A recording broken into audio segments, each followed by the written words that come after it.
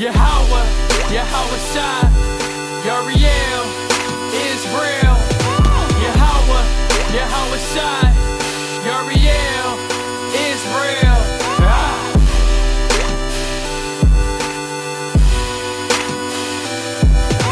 Yahweh, Yahweh Shai, Yariel is real. I'm a servant to the highest when my friends is on. Okay, so explain a crazy experience, one of the craziest experience that you had teaching on the highways and byways.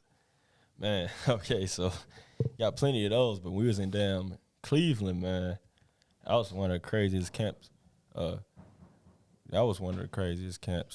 Cleveland groundbreaking camp was one of the craziest camps we ever had, right? Cleveland groundbreaking, where they was shooting, man.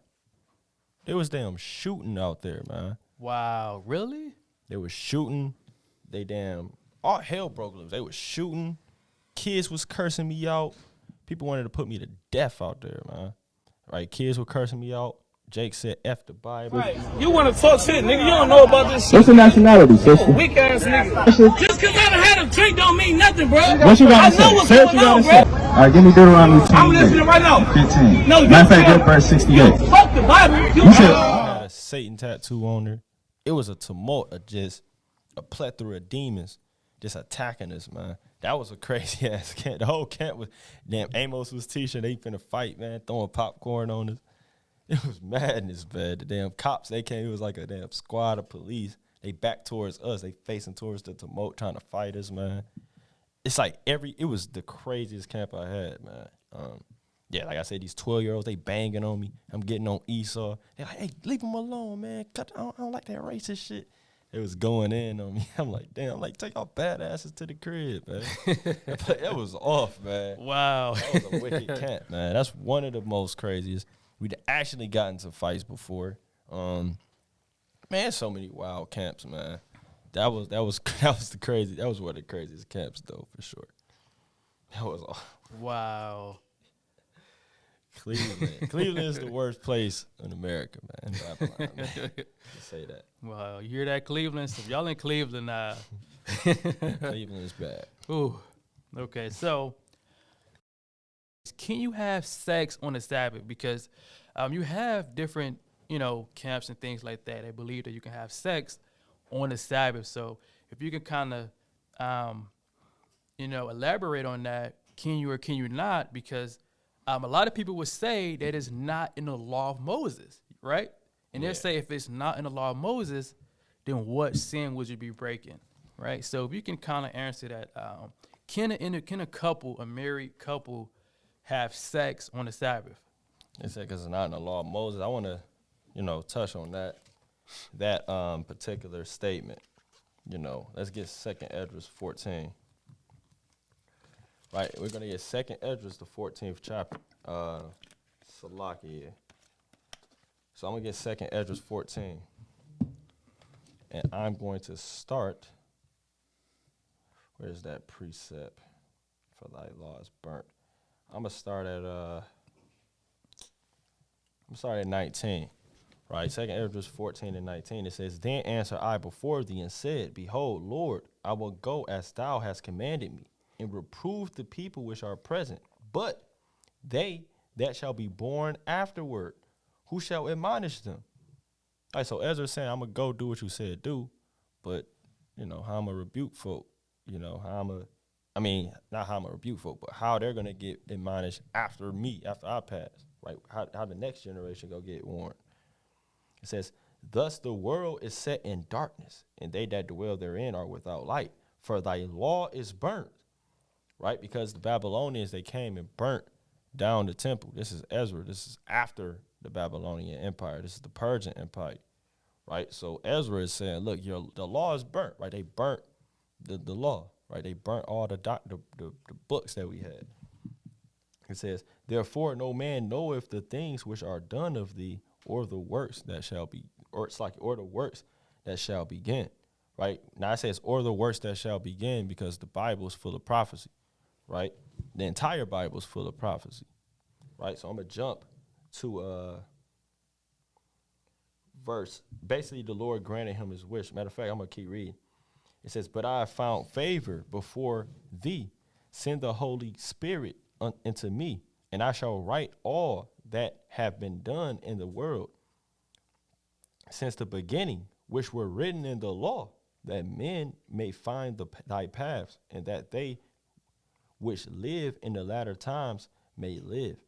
Right? So he's saying, look, send the Spirit upon me so I can write down the law, so I can write down the things that you gave to Israel.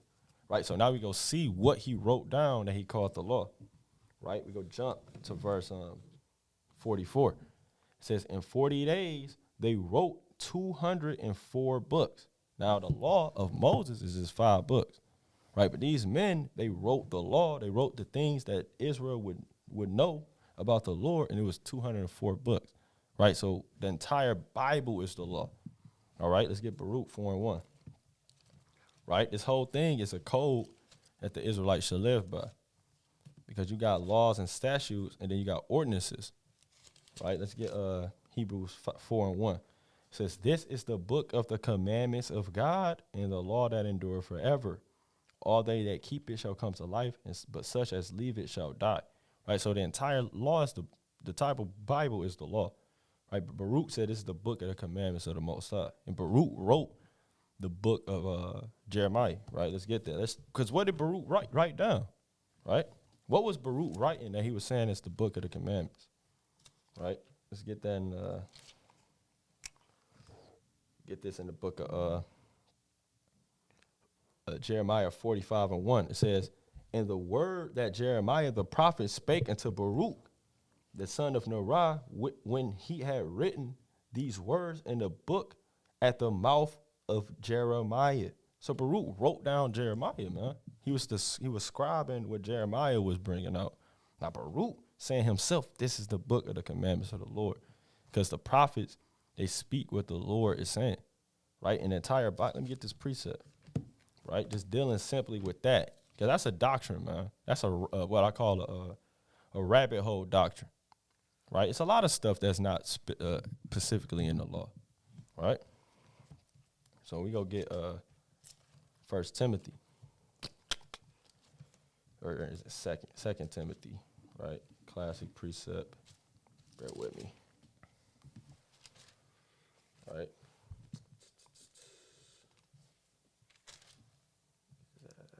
I think it's 1 Timothy, right? 1 Timothy chapter, what's that precept? Bear with me, Israel. Right? Look it up. Oh, yeah. 2 Timothy 3:16. All scripture is given by the inspiration of God and is profitable for doctrine, for reproof, for correction, for instruction, and righteousness. Now let's get 1 Corinthians 14. See what Paul said right here. 1 Corinthians 14. And verse number 37. If any man think to himself a prophet or spiritual, let him acknowledge that the things I write unto you are the commandments of the Lord, man. Now this is Paul. Paul is a master of the law. Paul was anointed directly from Yahushua. And he's saying the things that I write unto you are the commandments of the Lord. So is he adding to the word, Paul? Right, you decide, man. Like, because Paul is a mighty man anointed from Yahushua, Christ himself. So Paul wouldn't add to the word. Now let's see what Paul said. Right? What's that? Might have to look that one up. What's that precept? Paul has said, it's in 1 Corinthians. I want to say, gotta find that precept, man. Yeah, it's the same chapter, 1 Corinthians 14:20. It says, brethren, be not chill. It's like 21. 1 Corinthians 14:21. In the law it is written, with men of other tongues and other lips will I speak unto this people, and yet for all that will they not, it's like they not hear me, saith the Lord. Now that's written in Isaiah. So Paul is calling Isaiah the law, right? A man anointed from Yahushua, right? Just a very quick precept on that. Show that he's anointed from Yahushua, right? Ephesians chapter 3, verse number 1. For this cause I, Paul, the prisoner of Hamashiach Yahushua, for you Gentiles, if ye have heard of the dispensation of the grace of God, which is given me toward you, how that by revelation he, right, Yahushua, made known unto me the mystery, as I wrote aforetime in few words, whereby when ye read, ye may understand my knowledge and my mystery of Christ. Right, so Christ gave revelations directly to Paul. Right, and Paul called Isaiah the law. So if Paul dealt with you if Christ dealt with you directly and gave you profound mysteries and you wrote letters and things that we're reading thousands of years later, then you can deal with Paul. Then you can say you're on the level and you can argue against Paul. But if that didn't happen, if you're just a regular Negro in fringes and a beard, then you got to kind of close your mouth, because Paul is mightier than you. Paul is mightier than me. He's mightier than Naquan, right? So that's that. Now let's get Isaiah. Let's get Isaiah 58, right? Because first of all, you can't pick up sticks on the Sabbath. So why would you be able to have sex on the Sabbath, right? Because you can, when you have sex, you have to wash yourself. So in order to wash yourself, you got to go all the way to a well, kind of pull it out, kind of you got to go through hell and back. So they weren't having sex in the ancient world on the Sabbath. You can't purposely just make yourself unclean. Why would you do that, right? What's the purpose of doing that, right? You're supposed to sanctify the Sabbath day and cleanse it, right? That's what it means to sanctify, right? Let's get Deuteronomy 5 and 12. Right, Deuteronomy 5 and 12 says, keep the Sabbath day to sanctify it, as the Lord thy God hath commanded thee. So the Lord commanded us to sanctify, meaning keep holy, keep clean the Sabbath day. So why would you purposely make yourself unclean by letting your seed go out from you? That's actually unclean when you read Leviticus, I believe the 15th chapter. Right, it's unclean when you have sex and your seed goes out from you. Now, if you're dead, now if you're, unclean due to, matters like a woman on her period, it's not a sin to be unclean, but it is a sin to not wash yourself when you're unclean. So you would have to put in work in the ancient world to go cleanse yourself. So that's something they weren't doing, right? They wasn't dealing with women on the Sabbath day, right? Even Isaiah said, abstain from your pleasures on the Sabbath, right? Isaiah 58 and 13. Then when you read Wisdom of Solomon 7 and 1, he said he was in the womb by the pleasures that came with sleep. So sex is considered a pleasure, man, and that's work if you're doing the damn thing right, man. I don't know what these folks doing. But that's work, man. Right? When you having sex, that's work, man. You hear that? More work than picking up sticks. Right? So you can't make the Sabbath unclean. What are you doing? It's one day. Right? And Isaiah, he ain't just talking out his ass. Paul ain't just talking out his ass as far as people that say, oh, it's not in the law. Right? So I can do X, Y, Z. Like, hold up. That's just a rebellious spirit, man. Like, the Lord not dealing with that, man. So, no, you can't have sex on the Sabbath. That's work. Okay, so next question that I have for you. Now, these set of questions right here, they're personal, right? So, for Israel that's listening, you're going to get a glimpse, just a tad bit of his personal currently in the truth, right? Because we went over, the world, the old man and, the camp and how you got started and things like that. But we have a few questions currently how you feel and the things that you deal with, right?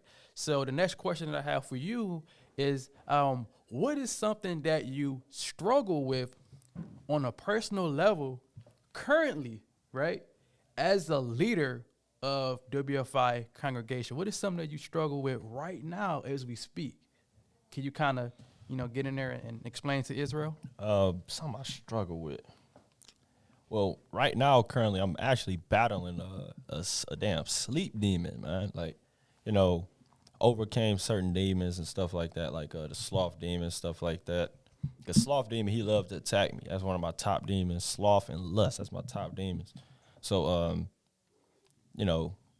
sloth demon, he trying to creep back, but it's not as strong. But the sleep demon, because my new schedule, I'm trying to wake up earlier, But then I just keep pushing the damn snooze, man. I just keep pushing the damn snooze button, man. Because I work from home, so it's way easier to, like, I just keep pushing damn snooze. And that just throw off my whole schedule because I got, you know, reminders and stuff set up for how I want to read, and it just throws me all off. So, you know, that's something I definitely I deal with. I'm trying to get just diligent. Let me get a precept, actually, right? Got to keep the precepts going. I'm about to get this precept. Sirach. You see that, Israel? He just bringing out the precepts just back to back. Just, wow. All praises to the Most High.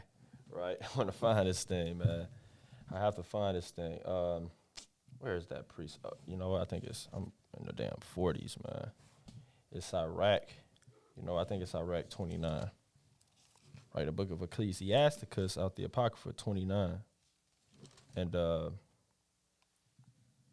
I'm going to have to look it up, actually. It's the first one I got to look up. Crap. First one I'm going to have to look up, God.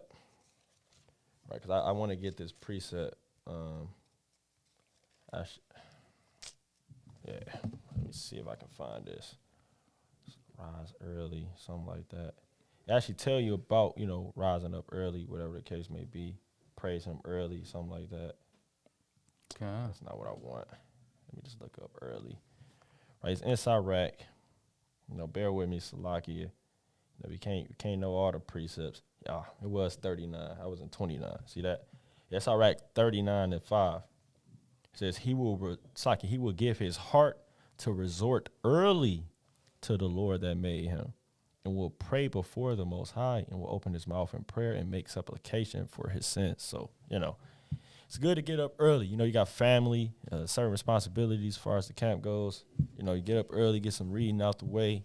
Now you open up your schedule. You can write out a breakdown, X, Y, Z, and, you know, frees up your schedule for later that night. So I've been struggling with that heavy for the past few weeks, man. So just gotta get on that, man. Pray for me, man. Get that soft demon off me, man.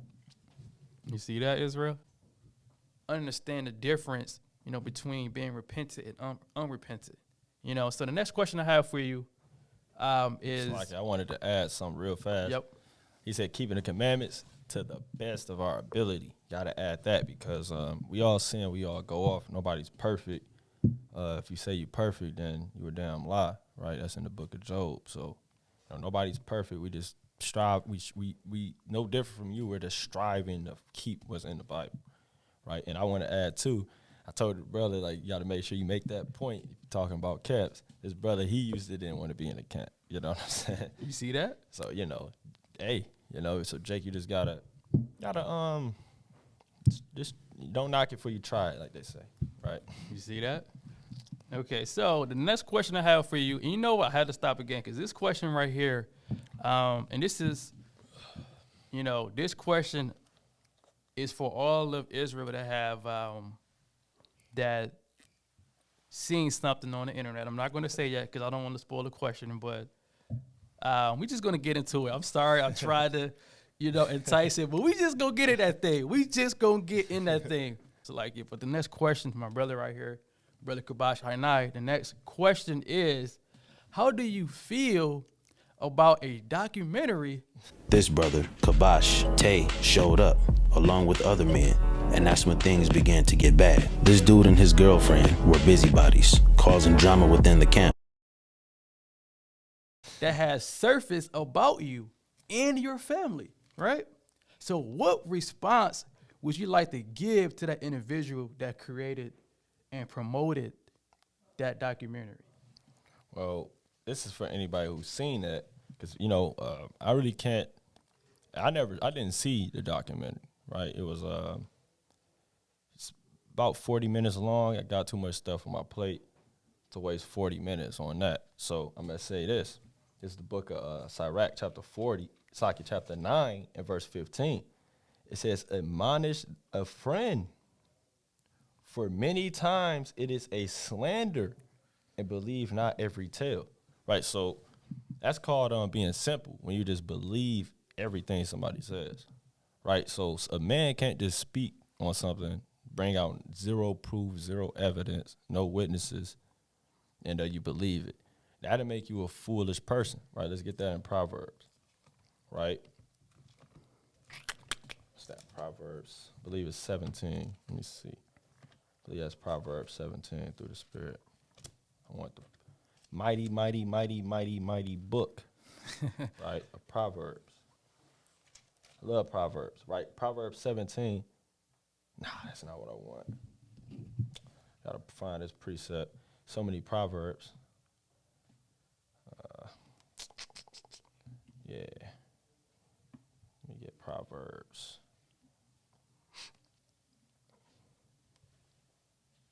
It's Proverbs. What was it? Bear with me. Oh, it's 14 and 15, where it says, the simple believeth every word, but the prudent man looketh well to his going. So you can't believe every word, because a lot of times it's just a slander, like the Bible say, right? We don't have respect of persons. No brother can just walk up to me and say X, Y, and Z. I'll be like, brother, well, it's his side of the story.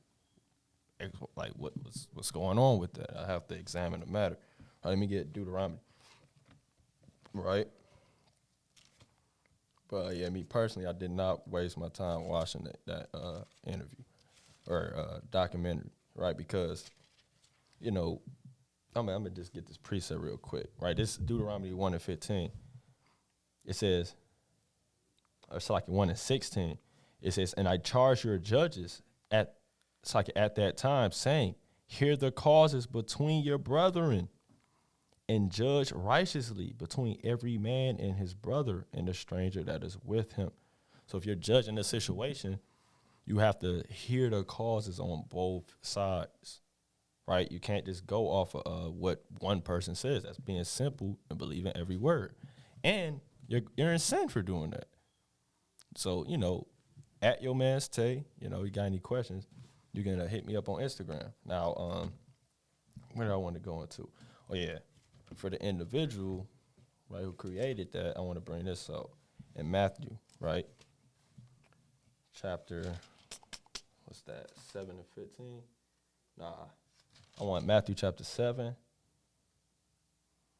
and verse, I want to get straight to the point.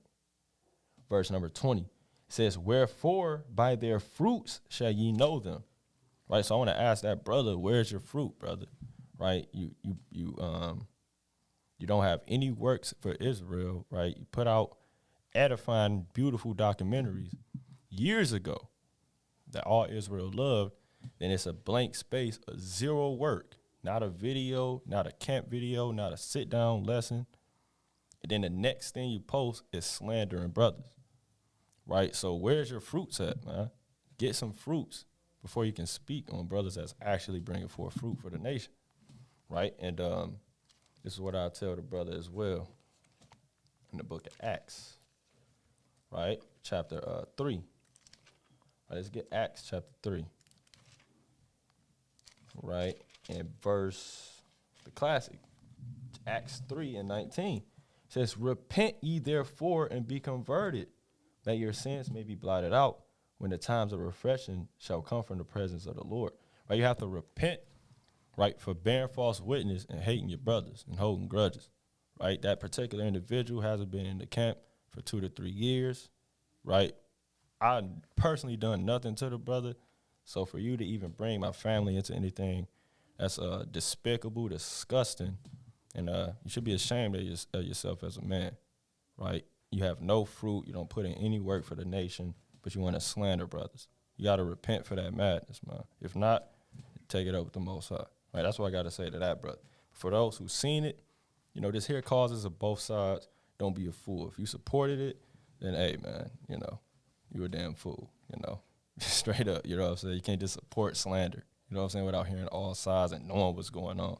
Because I didn't see it, but, you know, I heard certain things about it, and everybody who said it, they, you know, speaking of what other men say, they said effeminate, it was gay, sounded bitter. These are the different things that I heard that people said about it. So I'm not going to waste my time seeing that. Plus, brother read like 8 different books. That's bug out books, so I'm not dealing with that. That's it. Okay, so, you know, the next question that I have for you is, with years being in the truth, do it get easier to endure scoffers, demons, and flesh of the bodies? Do it get easier over time? You know, Dealing with the flesh or like scoffers? all three. So you have scoffers, and then you have demons. You know, flesh of the body. So do it get easier over the years, or? I would say as far as the flesh, I wouldn't say it get easier. Sometimes it may get harder. You got a bigger target on your back as far as the bounty that the damn demons got on you. Right? Imagine if the demons can take out pre-Sabbat. That's a huge bounty. You know what I'm saying? It's like you look at it that way. Like this brother has a big bounty on his back. Let me get knocked on. You know how many demons probably get attacked by? Because that's who they want. They don't want the brother that's smoking weed. He already got demons on him. I'm going to get this brother. So I say it stay the same. Sometimes it get harder. I wouldn't say the demons and the flesh get easier. But the scoffers, you know, that's these guys, man. You know, it's the same stuff over and over. Sometimes, I mean, we hear different stuff, but it's all the same stuff. You know what I'm saying? Mm-hmm. We hear the most crazy, wildest stuff, man, and they still annoying as hell to me, man. So, I don't know if it get easier. But seriously though, your patience, it'll grow, and then you'll just get more like, hey, just not for everybody, man. Like even if you watching this, might just be entertaining to you. You might not get into. Hey, it just it's not for everybody. If people think we want a big congregation, like we know we're not finna have Joel Osteen mega church. We're not looking for that. It's a small remnant that's going to get through. Right? Let's get that in Matthew. Right? It's a small, tiny remnant that's going to understand this word, man. So we not pressed to get everybody in it. But scoffers, scoffers go scoff, man. Scoffers go scoff. Right? It's the book of Matthew chapter 7. And I really wanted the different precept, but this is cool. Right, 21, where it says, "Not every one that saith unto me, Lord, Lord, shall enter into the kingdom of heaven, but he that doeth the will of my Father, which is in heaven." Right, so everybody that say, Lord, Lord, not go make it. Now, the precept I really wanted, that's not the one I necessarily wanted, but that's still a good precept. I'll get this one, right, because the Lord, there's so many precepts flying in my head. I can get, let me get Isaiah. It's a lot of precepts, because the Lord not, He's not for everybody, man. So we know we go get scoffers. That's the thing. They think like you doing somebody art. Like we know you go scoff. And the Lord said that. That's 2 Peter 3:3. It's gonna be scoffers, scorners, mockers coming in the last days, man, through the Spirit. Right? What's that I wanted? Through the Spirit, man. Isaiah. Yeah, I want Isaiah 20. Is it 28? Yeah, I want Isaiah 20. Let's see which one I want, man. Either 28 or 29. Goodness great. Yeah, 29, and I'm going to get, where's that precept? Saki, I ain't bring this one out in a minute. Verse 11. Or, nah. Yeah, I'm going to start at 10. It says, "For the Lord hath poured upon you the spirit of deep sleep, and have closed your eyes. The prophets and your rulers, the seers, have he covered." So the Lord basically saying he blinded Israel, right? Because he doesn't want everybody, right? That's in Matthew, I believe, 13 and 11, right? He speaks in parables because it's not for everybody. It says, "In the vision of all is become unto you as the words of a book that is sealed, which men deliver to one that is learned, saying, read this, I pray thee. And he saith, I cannot, for it is sealed." So you give a brother, right, the Bible, and he's so-called learned. He went to seminaries. I call it cemetery school, the school of the damn dead, man. Right, seminary school, they teach you white man Christianity, and you give it to him. I don't understand. Tell what's his name, the bald head, T.D. Snakes, to break down Revelation 13. Like, what is Daniel 7 and 13 about? Like, he ain't gonna know what's going on, man. Right? he probably think Christ, God, and the Spirit is one person, even though they three. Like, so that's madness. So then it says, "And the book is delivered to him that is not learned, saying, Read this, I pray you. And he saith, I am not learned." So basically, regardless, right, of which way you look, even if you learned or if you not, like, you just not go get this thing, man. That's what the Lord is saying, right? And I think I got another one I want to bring out. There's so many precepts going into the Lord that's not being for everybody, man. So people got to understand that. Even when you first getting in this truth, right, you don't want to, I think I got a video on the Cold Cuts channel about it. You don't want to, it's called Why Can't My Family Get in This Thing, because it's not for them, man. Right? It's Deuteronomy 29:4. It says, "Yet the Lord have not given you an heart to perceive, an eye to see, and ears to hear unto this day." So the Lord didn't give you a heart and eyes to see, man. He didn't give you a understanding to sup with the scriptures. He simply just didn't choose you, man, because he chooses us. We don't choose the Lord. As you see I didn't believe in the Bible. I literally did not believe in the Bible. I thought it was a fairy tale. I thought it was a white man book. I was not trying to hear it. But once the spirit and the words came out that brothers was bringing out, it hit me right here. And I said, damn, that's crazy. You know what I'm saying? So all praise to the Most High. We in this thing, man. That's right. Praises to the Most High. So you see that? Okay, so next question I have for you is, what is your favorite precept and why? Oh, man. Favorite precept. Favorite precept. Mm-hmm. Well, it's my I automatically thought of this one. So this is one of my Rib's favorite precepts too. This is her favorite precept, actually. I got a few, man. This Joel chapter 2 and verse 27. "And ye shall know that I am in the midst of Israel, and that I am the Lord your God, and none else, and my people shall never be ashamed." Now that's mighty, because how you get around that? The Lord, he said, "I'm only the God of Israel." In the Bible, man, plain. Right, that's another thing that shocked me. Not only was they cutting up Christians, but God only being for Israel. That shocked me a lot too. Another precept I love, man.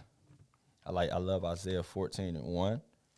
Right now, I explained why I love that one. But I like Isaiah 14:1 a lot too, man. This should be damn every brother favorite in the truth. One of their favorites, right? It says, For the Lord will have mercy on Jacob, and will yet choose Israel, and set them in their own land. And the stranger shall be joined with them, and they shall cleave to the house of Jacob. And the people shall take them and bring them to their place. And the house of Israel shall possess them in the land of the Lord for servants and handmaids. And they shall take them captives whose captives they were, and they shall rule over their oppressors. And it shall come to pass in the day that the Lord shall give thee rest for thy sorrow, and from thy fear, and from the hard bondage wherein thou was made to serve. So we love that passage, Isaiah 14:1 on down to 3, because that's the gospel. The Lord is going to redeem Israel, take us back to our homeland, and enslave the other nations. And we're going to have to rule over them, right? That's fair. That's karma. That's or so-called karma, right? That's you reap what you sow. That's justice. That's proper justice. They got to go to slave. They put us in slavery. They beat our back. And go watch 12 Years a Slave and then tell me to love white people, man. Right? Go look up Trayvon Martin. Right? Look up lynchings in 2022. Right? Because they still lynching Negroes in 2022. Right? Then tell me to love the so-called white man. Right? But the Lord said, hey, they all go to slavery, all the other nations. And that's beautiful, because that's justice. That's the kingdom of heaven. I wanted to be getting fed grapes by damn concubines, man. Right? I want damn ham in the back, kind of getting the lamb ready for me, man. Right? That's what we want, man. So, that's right. That's a beautiful precept. Just the classic precepts. Revelation 13:9. I love Deuteronomy 28:68. That's what hit my spirit, and I said, wait a minute, slavery on ships, that's plain. I love all kind of scriptures. I don't know if you go ask it, but I got favorite Bible books I could give, and the reasons why, right? Like bring it out. Like I got Hebrews. That's my favorite epistle. It's this beautifully written. Paul is a master builder. So he was dealing with different churches in a different way. Hebrews is so beautifully written. Wisdom of Solomon, beautifully written. Mighty, going through all different accounts of the Bible. I love it how it's written. It goes in depth in certain curses of Egypt. Hella precepts in it. I love history, so I love Samuel, 1st and 2nd Samuel. So I love Kings. Those are real good books. Yeah, First Samuel, yeah. Yeah, I love 1st and 2nd Samuel. I love reading about David. I love Kings.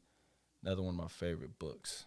Wisdom of Solomon, Hebrews, Samuel. Oh yeah, Genesis. I love Genesis. I absolutely love Genesis. It's fire. Reading about the patriarchs, man. Isaac, Abraham, man. Abraham being rich in Egypt and just we had some mighty forefathers. So I just love it, man. I just love the scriptures, man. But yeah, them couple of my favorite precepts, man. And I got hella favorite precepts, man. Y'all hear that, Israel? He got not only favorite precepts, but books, man. So, Yeah. Israel, y'all got to get in that thing. So, last question that I have for you is, if you can meet two people in the Bible, who would it be and why? Oh, man, I like that question. I'm sad it's the last question, man. I'm having a lot of fun. But if I can meet two people only, I want to, man. I mean, I would say Yahweh Shah off limits. Can't say Yahweh Shah. Yeah, you can't. Yep, you can't. Yahweh Shah. Dang, man, there's so many. Yep, and you have to pick two. Like, Man, so many. Man. I would say, I want to definitely kick it with I would definitely want to talk to the answer between Abraham and David. I'm trying to think because Abraham, Isaac, Jacob, that's mighty. I would want to meet David, man, King David, mighty warrior. Matter of fact, let me get a precept. You got to get the precepts, man. You got to go through the scriptures, man, right, to explain. Wow, you got to love David, man. Right, 1 Kings chapter 11 and verse number 4. For it came to pass when Solomon was old that his wives turned away his heart after other gods, and his heart was not perfect with the Lord his God, as was the heart of David his father. Right, so David, right, his heart was perfect after the Most High, man. Except, like I said, save the thing that happened with Uriah the Hittite, right, because he had committed adultery and got his brother put to death. But like we said earlier, we all fall short, even King David. But he still was perfect after the eyes of the Lord. He slew Goliath. He was wise, mighty warrior, mighty king. I love David, man. Samuel, one of my favorite books. I'm going to get 1 Samuel. Let's see. When you first meet David, I believe that's 15. 1 Samuel 15. Or no, 16. 1 Samuel 16. Right, let's deal with it, man. I want to show you something about David. 16. Show where he was ruddy and mighty in war. Just to show that he was a man of war, man. Well, there's a couple precepts on that, but where is that at, man? That's not the precept I wanted. I thought it was in here. Because David also, he was the youngest brother of Jesse, man. I mean, the youngest son of Jesse. And he was basically, Samuel, he was trying to pick different kings, and he seen them, all his brothers, they mighty in stature, but David was he was doing the sheep and stuff, like a pretty boy, kind of. Like he was a pretty boy, he's a beautiful countenance. Like, what the hell, he's going to be the king? Like, he didn't look off. And that's just, I'm saying, just to show how the Lord get down, man. So this 1 Samuel 15 and 18 says, Then answered one of the servants and said, Behold, I have seen a son of Jesse, the Bethlehemite, that is cunning and playing, right? Because he, songs, you know how to play the harp, you know how to play instruments. And a mighty valiant man, and a man of war, and prudent in manners, and a comely person, and the Lord is with him. So why wouldn't you want to talk to somebody like that? He's a man of war. He's a comely, beautiful person, a beautiful person to be around. Stand up guy, kept the commandments, loved his brother. Right? He loved Saul so much that he didn't put him to death. That's mighty, man. So I appreciate I would love and appreciate to meet David, man. David is mighty. And I would like to, who else would I like to meet? I would want to meet, I want to say Paul, man. I want to say Paul, man. Like, the brother been through so much. And he just kept doing the work, man. Like, the zeal of that man is like, what in the world? Let me get this. In Second Corinthians 11:23. Are they ministers of Christ? I speak as a fool, right? He said, I'm speaking as a fool because I'm about to boast in my works, but just to get a point across. I am more, right? He said, look, you think you a minister? Check me out, right? That's what he basically saying. You know, he finna talk his junk. Like, that's like me saying, hey, man, you think you do the work? Let me tell you what I did, X, Y, Z. I'm speaking as a fool. I'm speaking as a man, but X, Y, Z, just to prove a point. You know what I'm saying? Somebody trying to boast up and they works. I'm like, what? I did X, Y, Z, and guess what? Still ain't nothing. You know what I'm saying? Like, that's kind of what he was getting across. But he says, in labors more abundant. He said, I labor more abundant than you. He said, in stripes above measure, in prisons more frequent, in deaths often, right? So he done been in prison. He got stripes, man. He was putting in the work, going place to place to place, right? It says, of the Jews 5 times received I 40 stripes, save one. Thrice was I beaten with rods. Once was I stoned. And you can read that account in Acts. He actually got stoned. They thought he was dead because he was unconscious. They threw him without the city, right? So this man got stoned for the Lord. Come on, man. Have you ever got stoned, bro, for the Lord, man? Wow. That's mighty. He said, thrice I suffered shipwreck. So they in the middle of the damn sea, the damn Mediterranean Sea, and the damn shipwreck. That happened 3 times, right? You get in a car accident, you want to stop coming to camp, right? He says, thrice I received shipwreck. A night and a day I have been in the deep, right? So he was damn stranded at sea, man. Right, in journeyings often, in perils of water, in perils of robbers, in perils by my own countrymen, in perils by the heathen, in perils in the city, in perils in the wilderness, in perils in the sea, in perils among false brethren, man. So he was dealing with false brethren, heathen. He got robbed, damn, his own brothers, man. He got robbed in the wilderness, robbed in the city. He was going through all hell, all for the Lord, man. That's mighty. It says, in weariness and painfulness, in washings often, in hunger and thirst, and fastings often, in cold and nakedness. Besides those things that are without, that which cometh upon me daily, the care of all the churches, man. He said, hey, all this happening daily, I don't give a damn because I care about the church so much. So I won't want to sit and talk with a man like that and say, what the hell, man? Like, what kind of work would you putting in, man? Like, what? You know what I'm saying? That's mighty, man. And I would want to ask what sin was he struggling with when you read Romans 7:22 on down. Like, what was you dealing with, Paul? It'd be dope kicking it with Paul and David. I mean, there's so many more, man. I would want to talk to Sirach, man. Right? You know what I'm saying? He wrote Sirach. I mean, I wouldn't want to get that wisdom. I would want Abraham. I mean, so many people, man. So many people. But just 2 off the head, that's what I'll say, man. David and Paul, man. You know. Not counting Yahweh Shai. Yahweh Shai, Uriel is real. Yahweh Shai, Uriel is real.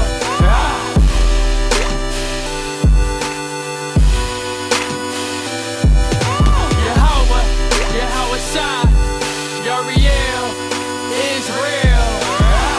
I'm a servant to the highest when my friends is on.